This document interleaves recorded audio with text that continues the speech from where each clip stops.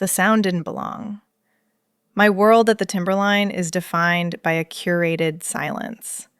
The heavy, muffled quiet of snow piling against cedar, broken only by the settling of the roof beams. Then, the noise tore through it. A sharp, mechanical coughing that sputtered and died, leaving a void even louder than the engine. I set my coffee down on the sill. Outside, the world was a churning gray abstraction. The thermometer on the porch post was buried, but I knew the temperature. It was the kind of cold that turns breath to ice in the lungs. Whoever was out there wasn't just stalled. They were rapidly becoming part of the landscape. I didn't weigh the options. I pulled on my boots, the leather stiff with cold, and opened the heavy oak door to the whiteout. The wind hit me instantly. It wasn't just air, it was a physical assault. A solid wall of ice crystals driven by a gale that screamed off the peaks. It scoured the skin, finding every gap in my collar, every seam in my layers. I lowered my head, squinting against the sting, and pushed into the drift. The snow was waist-deep here, heavy and wet, dragging at my legs like concrete. I saw the shape of the machine first. It was a garish, neon yellow scar against the monochrome storm. A rental. Locals don't bring rental sleds this high. Not when the sky looks like bruised iron. This was a tourist, a hobbyist who had chased fresh powder too far and lost the trail. The machine was half buried already, the wind sculpting drifts over the cowling. The rider was still straddling the seat, hunched over the handlebars in a posture of total defeat. She was trying to restart the engine, her hand yanking weakly on the cord, but the motion was sluggish. The cold was already winning. It seeps into the muscles first, stealing coordination, turning simple mechanics into impossible feats. I closed the distance, the snow crunching loudly under my boots. When I grabbed her shoulder, she flinched violently, a full-body spasm that nearly knocked her off the seat. She hadn't heard me coming. The wind erased everything but its own roar. She turned toward me, and I saw the helmet. It was a sleek, expensive model, but the visor was completely fogged on the inside. She was hyperventilating. I could see the frantic condensation of her breath obscuring her face, hiding her panic, but revealing its intensity. "It's dead!" I shouted, my voice torn away by the gale the second it left my throat. I had to lean in, invading her personal space just to be heard. "The engine! It's done!" She lifted the visor. The action was clumsy, her gloves thick and unyielding. When the plastic slid up, the wind caught her face, whipping dark hair across her eyes. Her skin was pale, waxy with the cold, but her eyes were wide, dilated with adrenaline. They were green, startlingly clear in the gray gloom. She looked at me, then down at the useless machine, then back at me. There was no recognition, only the raw animal fear of exposure. "I can't get it to turn over," she yelled back, her teeth chattering. The sound was distinct, a staccato rhythm of bone against bone. She was wearing a shell meant for a sunny day on the groomed runs, not for the backcountry when the sun drops. The layer was thin, useless against the biting wind chill. I looked at the sled. The intake was packed solid with ice. The engine block was silent, cooling rapidly. It was just a lump of metal now, a heavy anchor in the snow. I looked back at her. She was waiting for me to fix it, to perform some miracle of mechanics. But the only miracle available was the fire inside my cabin. "Forget it," I commanded, grabbing her arm. The contact was muffled by layers of Gore-Tex, but I felt the tremor running through her frame. "It's not starting. We have to move." She hesitated, her hand lingering on the grip, unwilling to abandon the only vehicle she had.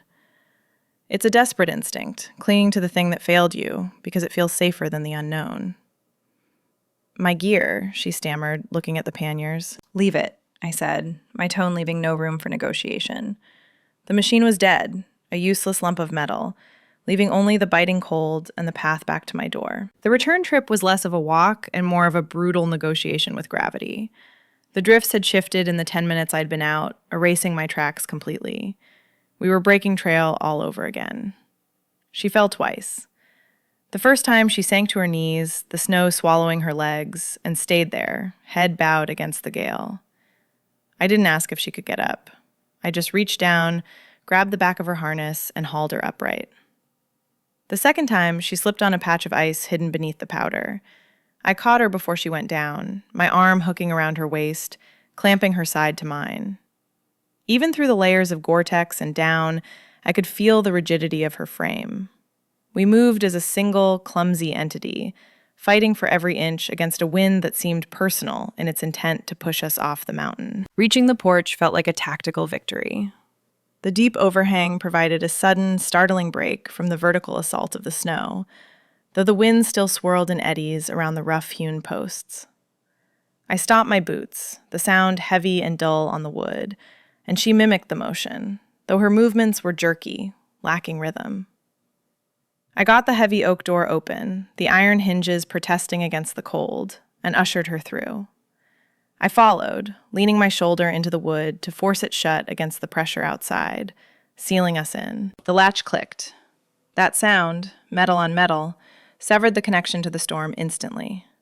The roar of the wind dropped to a low, mournful moan in the chimney, a distant threat rather than an immediate violence. The silence that rushed in to fill the space was heavy, almost pressurized. But it was the heat that hit first. It wasn't just a temperature change. It was a physical weight that pressed against cold skin. The air inside was thick with the scent of split cedar, the resinous tang of the fire, and the underlying notes of coffee and old wool.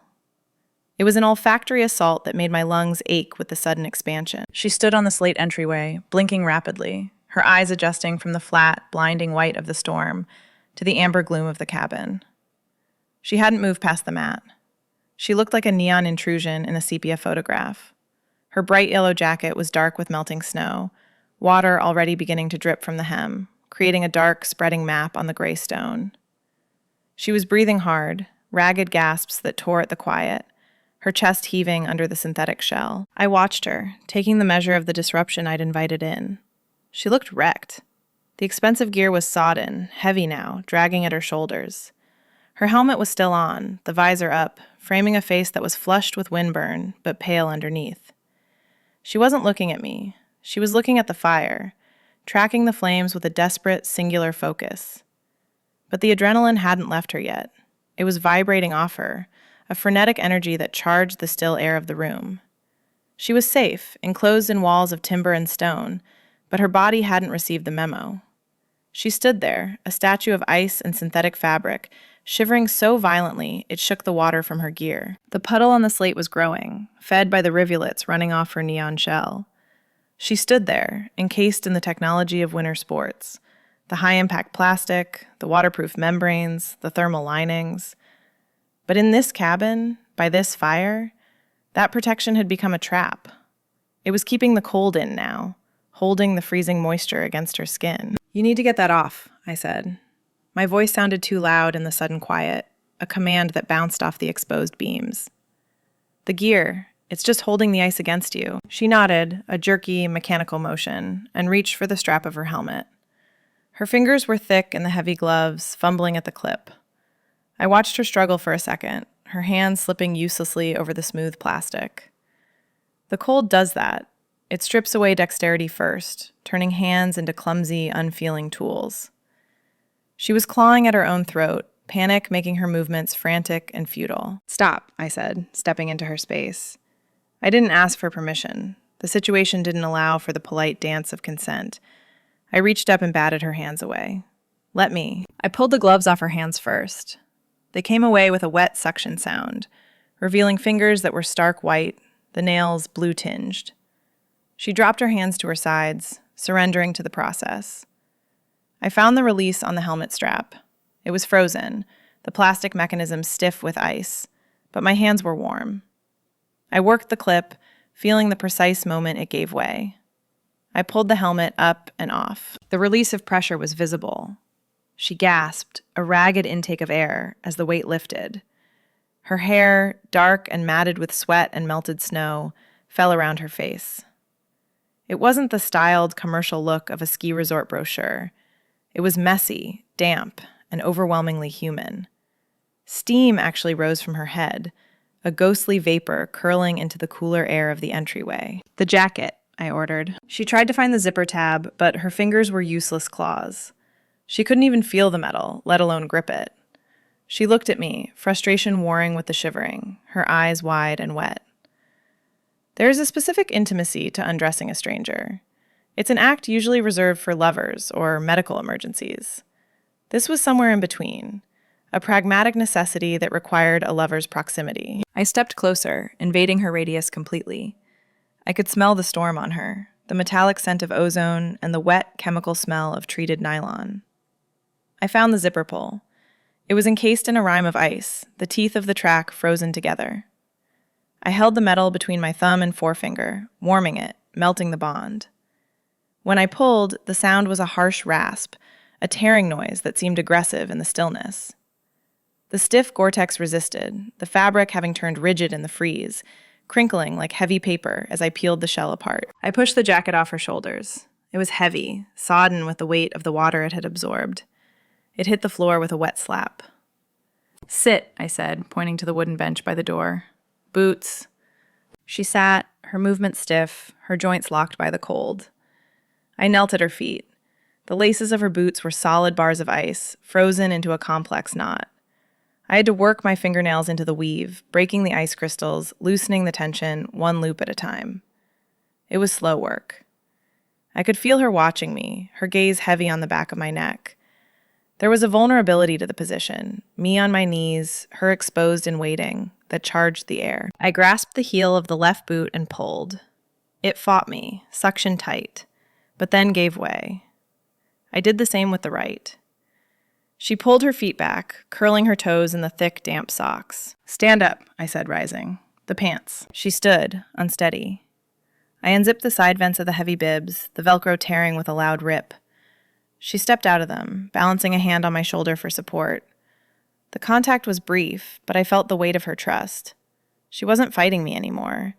She was letting me strip away the armor that had failed her. The pile of wet gear grew on the mat, a discarded husk of neon and black plastic.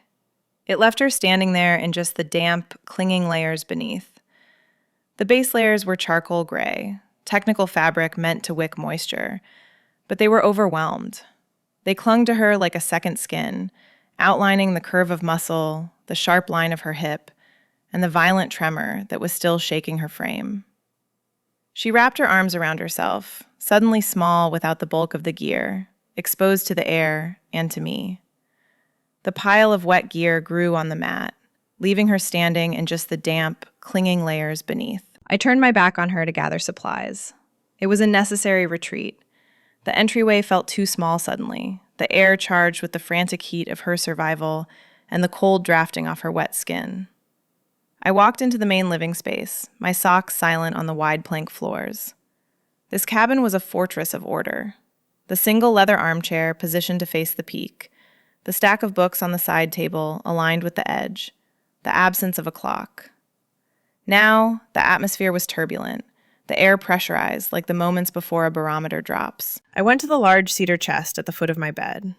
The wood was cool and smooth under my hand, a grounding texture. I lifted the heavy lid, the scent of dried lavender and raw wood rising up to meet me. I dug through the layers of wool and cotton. I needed things that were warm, soft, forgiving. I wasn't just looking for dry clothes. I was looking for a way to wrap her in something that belonged to this place, to overwrite the neon synthetic disaster of the rental sled. Outside, the wind slammed against the north wall, a violent reminder of what we had just shut out. But inside, the stillness was absolute. When I returned to the main room, the bundle of fabric pressed against my chest, she had moved. She wasn't huddled by the door anymore. She had drifted toward the hearth, drawn by the magnetic pull of the fire. She stood on the edge of the woven rug, her toes curling into the wool, grounding herself. She reached out, a hesitant hand trembling in the firelight, and touched the rough-hewn stone of the mantel. It was a tactile check, a way to verify that the world had stopped spinning. She looked impossibly out of place, a sleek, modern creature of high-speed lifts and groomed runs, standing in a room built of shadow and raw timber. Yet, she wasn't shrinking from it. She was leaning in, letting the heat seep into her front while the draft cooled her back. She turned then, sensing my return. The violent shivering had subsided into a low-level vibration, a hum of tension that seemed to radiate outward. In that moment, the dynamic in the room shifted. The frantic urgency of the rescue evaporated, leaving something sharper in its place. We weren't just a savior and a victim anymore. We were two women, alone, isolated by a wall of white noise, aware of the sudden, intimate gravity between us. I stopped just outside of touching distance. She didn't back away. She held my gaze, her green eyes dark and searching, stripped of the social armor we wear at sea level. "You didn't freeze," I said. My voice was lower now, the command tone replaced by a quiet observation that felt more personal. "Most people panic when the engine dies up here. They try to walk out and the mountain breaks them. You stayed with the machine." She let out a breath, a small, shaky exhale. "I didn't have a choice." "You always have a choice," I corrected, stepping a fraction closer. "Giving up is a choice. You didn't make it." I let my eyes travel over her, taking in the damp hair and the steadiness returning to her stance. There is a specific kind of beautiful resilience required to wait out the whiteout. "It looks good on you." The words hung in the air, heavier than the wood smoke. It was an acknowledgement, a challenge. The silence of the cabin wasn't empty anymore. It was filled with the weight of her presence. The compliment landed, but the cold didn't care about resilience. It was still eating away at her. She was standing in the center of the room, shivering in a way that looked painful, the tremors running from her jaw down to her ankles. The base layers she wore, those expensive technical charcoal skins designed for high-output movement, had turned traitor. They were soaked through with sweat and melted snow, clinging to her form with a suffocating damp weight. Instead of trapping heat, the fabric was acting as a conductor, pulling the warmth of the fire away from her core and releasing it into the room. I could see the geography of her shivering mapped out against the dark fabric.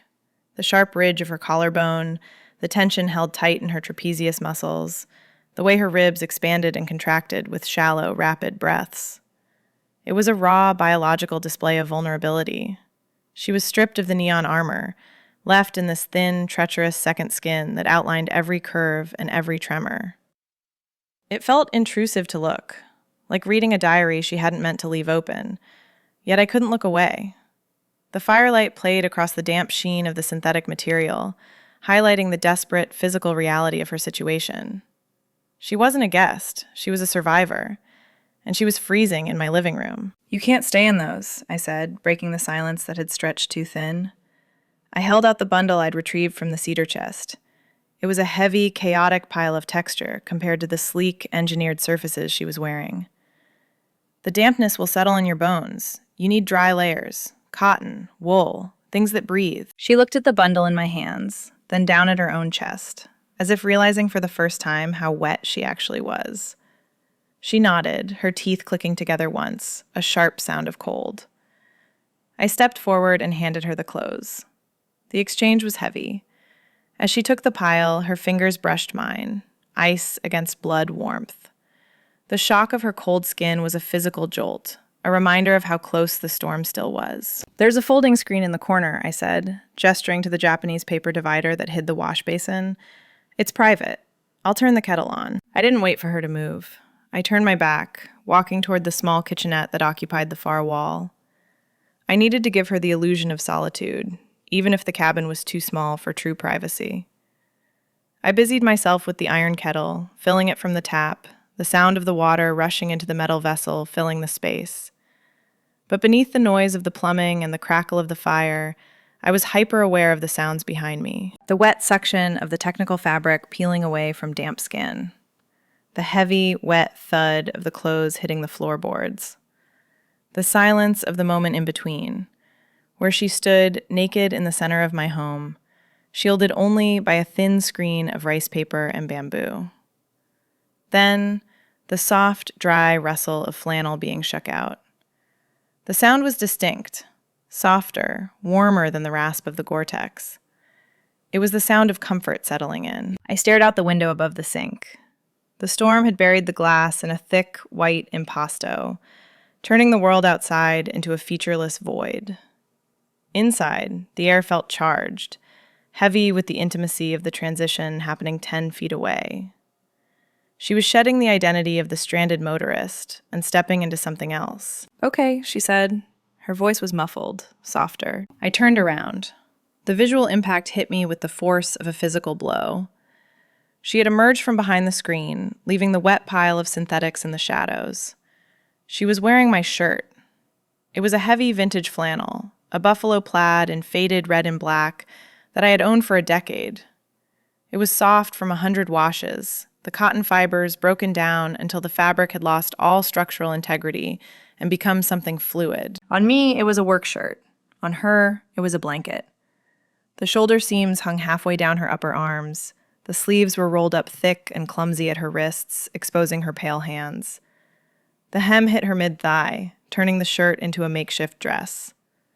She had pulled on the thick gray rag wool socks, and they were bunched around her ankles, making her look grounded, comfortable. She lifted the collar of the shirt to her nose, inhaling deeply, an unconscious gesture of grounding. "It smells like cedar," she murmured, her eyes finding mine, "and wood smoke." "It smells like the cabin," I corrected softly. Seeing her in my clothes created a sudden visual intimacy that the rescue hadn't. She was wearing my history. That shirt had seen seasons of chopping wood, of late nights reading by the fire, of silence. Now it was wrapped around her, warming her skin, taking on her shape. The rigid, panicked lines of the stranger on the snowmobile were gone. She looked softer now, the sharp edges of the storm replaced by the fluid drape of worn cotton. I moved to the kitchen island, the wood smooth under my hand. The kettle had clicked off, steam dissipating into the rafters. But I bypassed the tea. This situation required something with more teeth. I reached for the bottle on the high shelf, a local rye, distilled in the valley, thick with the taste of charred oak and winter wheat. I pulled 2 heavy crystal tumblers from the cabinet. The sound of the cork popping was a satisfying punctuation mark in the quiet room. I poured 2 fingers into each glass. The liquid hit the crystal with a distinct, heavy sound, a golden rope coiling in the bottom of the glass, the aroma of peat and alcohol immediately cutting through the scent of wet wool. I didn't ask if she drank. The tremor in her hands said she needed the medicinal burn of it, the liquid courage to face the reality of being stranded. I carried the glasses to the hearth. She was still standing, hovering near the heat source like a moth drawn to the danger of the flame. I held out the glass. She took it with both hands, cupping the bowl to steal the warmth before lifting it to her lips. She took a long, deliberate swallow. I watched her throat work, the grimace that followed, and then the slow, shuddering exhale as the heat hit her stomach. "Sit," I said, nodding to the leather armchair opposite mine. "The floor is cold, and the fire is going to be the only thing moving for a while." She sank into the chair, curling her legs up under her, tucking the wool socks beneath the hem of the flannel. We sat in silence for a moment, the only sound the aggressive crackle of the birch logs and the wind trying to find a purchase on the roof.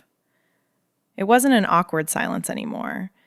It was the heavy, pressurized quiet of a confession booth.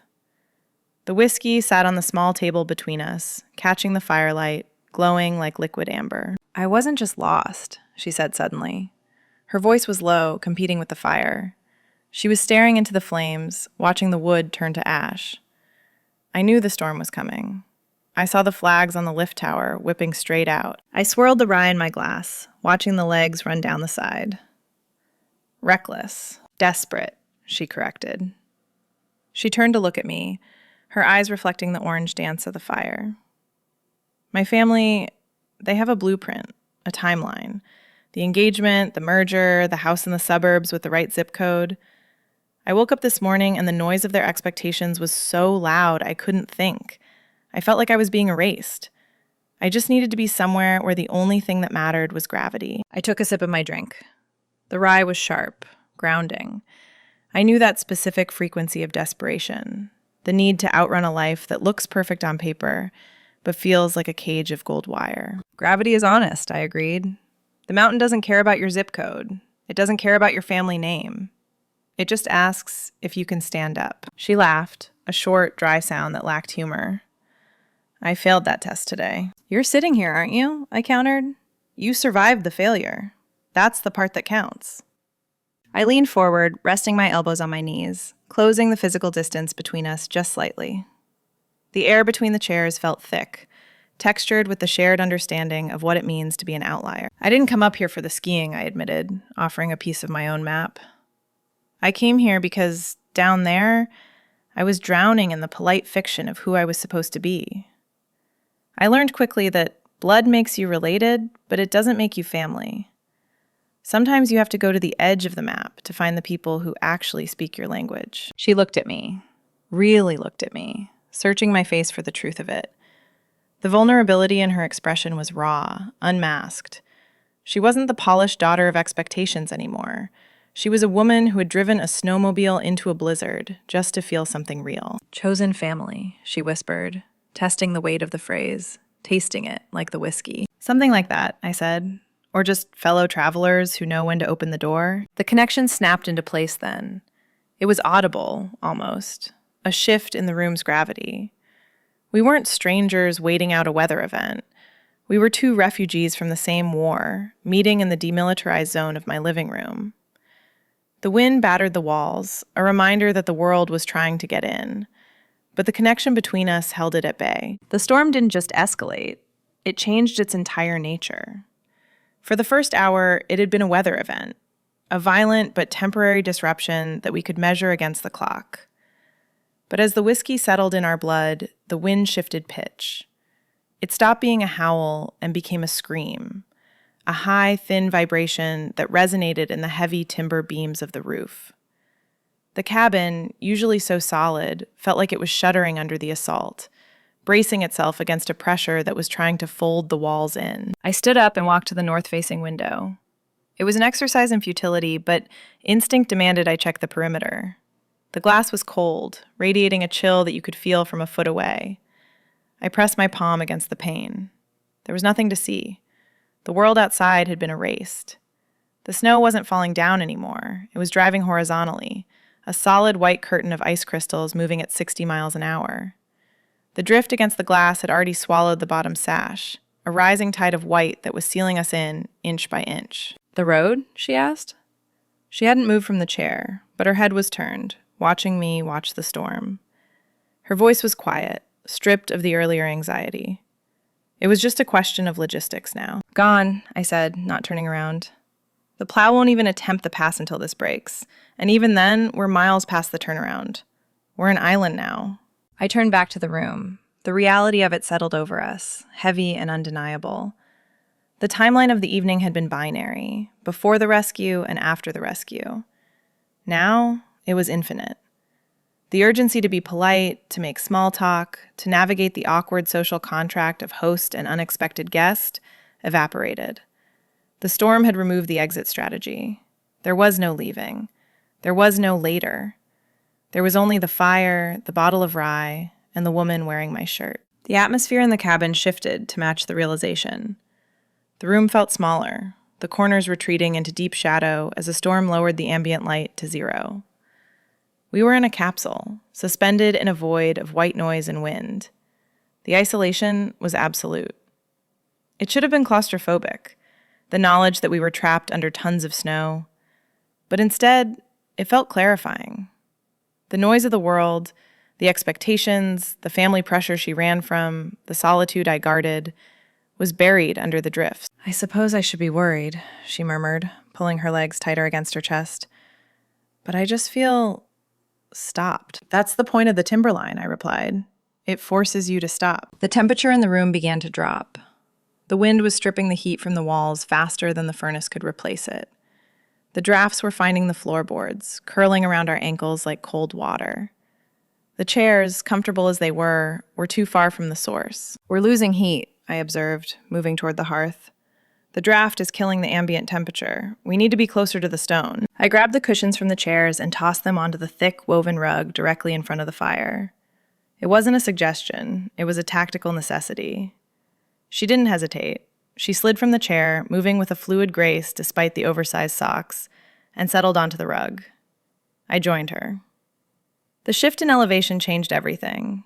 Down here, the heat was intense, a physical wall against the cold pressing at our backs. We were no longer sitting across from each other. We were sharing the same small patch of defended ground. The perimeter of our world had shrunk to the radius of the firelight. The fire was fighting a war of attrition, and despite the aggressive crackle of the birch logs, the cold was beginning to flank us. The stone hearth radiated a fierce, localized heat, but the air behind us, in the shadowed corners of the cabin, was turning brittle.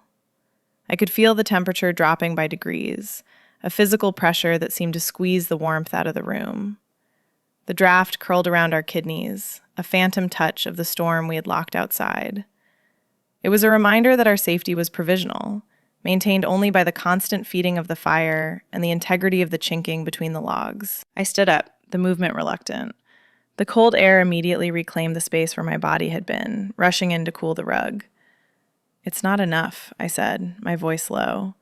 "The wind is stripping the heat faster than the chimney can hold it." I went to the heavy wooden ladder that led to the loft. I didn't need to go up. I kept the emergency linens in a cedar chest at the base, specifically for nights when the mercury dropped off the bottom of the thermometer. I lifted the lid and pulled out the heaviest item I owned. It was a dense, felted wool blanket, charcoal gray and thick as a saddle pad, lined with a soft, worn shearling.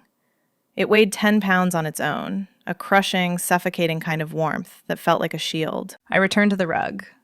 She looked up at me, her face flushed from the fire, but her shoulders hunched slightly against the draft that was prowling the floorboards. I didn't ask. I simply sat down next to her, closer this time, collapsing the polite distance we had maintained in the chairs. I shook the heavy wool out, the fabric making a dull, muffled snap in the quiet air, and draped it over us both. It settled with a heavy finality, sealing us into a shared, insulated pocket of space. "Under," I commanded softly, tucking the edge of the wool around her side. She adjusted the fabric, pulling it up to her chin, her hands disappearing into the fleece. The blanket created an immediate microclimate. The heat from the fire was trapped now, reflecting back against us. But it was the sudden, undeniable reality of her body heat that hit me hardest. Under the heavy wool, the boundaries of personal space dissolved. We were sitting shoulder to shoulder, hip to hip, knees drawn up in a mirroring posture. Then she shifted, seeking a more comfortable angle on the hard floor, and her knee knocked against mine. It wasn't a violent collision, just a soft, firm press of bone and muscle through the layers of fleece and flannel. She didn't pull away. She didn't apologize or inch back to reestablish the neutral zone. She let her leg rest there, a steady, warm weight against mine. That point of contact became the center of the universe. It sent a low-level current through me, a static charge that had nothing to do with the dry winter air. The silence in the cabin changed then, becoming dense and textured. I could hear the rhythm of her breathing, slowed to match mine. A synchronized existence, dictated by the firelight. I turned to look at her. She was staring into the flames, her profile etched in sharp relief. The firelight played across her features, softening the line of her jaw and glowing gold on the pale skin of her exposed clavicle. She looked steady now, the frantic, shivering victim of the storm, replaced by a woman sitting unflinching in the heat, pressing her knee against mine as if it were the most natural thing in the world. The air thickened with the scent of burning wood, rye whiskey, and the clean eucalyptus soap on her skin. It was vibrating with a static charge that made the hair on my arms stand up. We were sealed in this capsule, the world outside reduced to a violent gray abstraction. The only reality that mattered was the heat radiating from her side into mine. She looked up, catching me watching her. The firelight turned her eyes into dark, liquid pools, stripping away the polite defenses we had maintained. There was no fear there anymore, no lingering panic, only a raw, terrifying openness. The air between us felt thin, pressurized. I knew the protocol. I should pull back. I should make a joke about the weather, pour another drink, and retreat to the safety of the neutral zone. But the storm had erased the neutral zone. It had locked us in a space where the usual rules of engagement didn't apply. I reached out. My hand moved slowly, telegraphing the intent, giving her 1,000 microseconds to pull away. She didn't. She stayed perfectly still, her gaze locked on mine, unflinching. When my fingers brushed the stray lock of damp hair back from her temple, her breath hitched, a sharp, sudden intake of air that sounded like a tear in the fabric of the room. My thumb traced the line of her jaw, the skin warm and soft, a startling contrast to the rough wool of the blanket and the freezing draft prowling at our backs. She leaned into the touch, just a fraction of an inch, but that small surrender shattered the last of my restraint. It was permission. It was a demand. "You're not just hiding from the storm," I murmured, my voice dropping to a register that barely carried over the wind. "No," she whispered, her gaze dropping to my mouth before returning to my eyes. "I'm not." I closed the distance. It wasn't a frantic collision. It was a slow, deliberate gravitation. The kiss began with precision, a careful testing of the boundary. Her lips were soft, warm, tasting faintly of the peat smoke from the rye and the sweet, clean improvisation of the moment. It was a reading of intentions, a question asked and answered in the same breath. Then the hesitation evaporated. She made a low sound in her throat, a vibration I felt against my own lips, and her hand came up to grip the collar of the flannel shirt she was wearing. My shirt. She pulled me closer. The kiss deepened, gaining weight and texture, shifting from exploration to claim. It was the feeling of coming home to a place you've never been. The heat of her mouth, the desperate pressure of her hand. It was an anchor, dropping in deep water. The wind screamed against the eaves, trying to tear the cabin from its foundation. Let it scream. The storm could rage all it wanted. The only thing that mattered was the precise gravity of this moment. I woke to the light. It wasn't the gray, filtered gloom of the storm anymore. It was a sharp, relentless gold that sliced through the frost on the windows, turning the dust motes into suspended glitter. The air smelled different, cleaner, sharper. The heavy scent of ozone and fear had been washed away, replaced by the crisp, mineral tang of deep snow and drying cedar. I lay still for a moment, orienting myself. The rug in front of the hearth was no longer just a defensive position against the cold. It was a bed. The weight against my side was solid, warm, and undeniably real. She was asleep, her face pressed into the crook of my shoulder, one hand resting loosely on the wool blanket. In the harsh, unforgiving clarity of morning, the intensity of a storm encounter usually dissolves into the awkward geometry of regret. I waited for it. The urge to pull away, the sudden need for boundaries. It didn't come. Instead, I felt a strange, quiet anchoring. The storm had passed, but the connection hadn't washed out with the wind. I extricated myself slowly, moving with careful precision. She stirred, murmuring something unintelligible into the flannel, her brow furrowing before smoothing out again. I walked to the kitchen, the wooden floor cool under my bare feet. The silence was profound. The wind that had screamed through the eaves all night was gone, leaving behind a stillness so deep it felt heavy. I ground the beans, the noise violent in the quiet house, but it didn't wake her. When I returned with 2 mugs, she was sitting up, the blanket pulled around her waist, looking disoriented and soft in my oversized shirt. She blinked against the glare, shielding her eyes with a hand. Then she saw me. The memory of the night, the whiskey, the confession, the way the air had shifted, flooded her face. I saw the flush start at her throat and rise to her cheeks. But she didn't look away.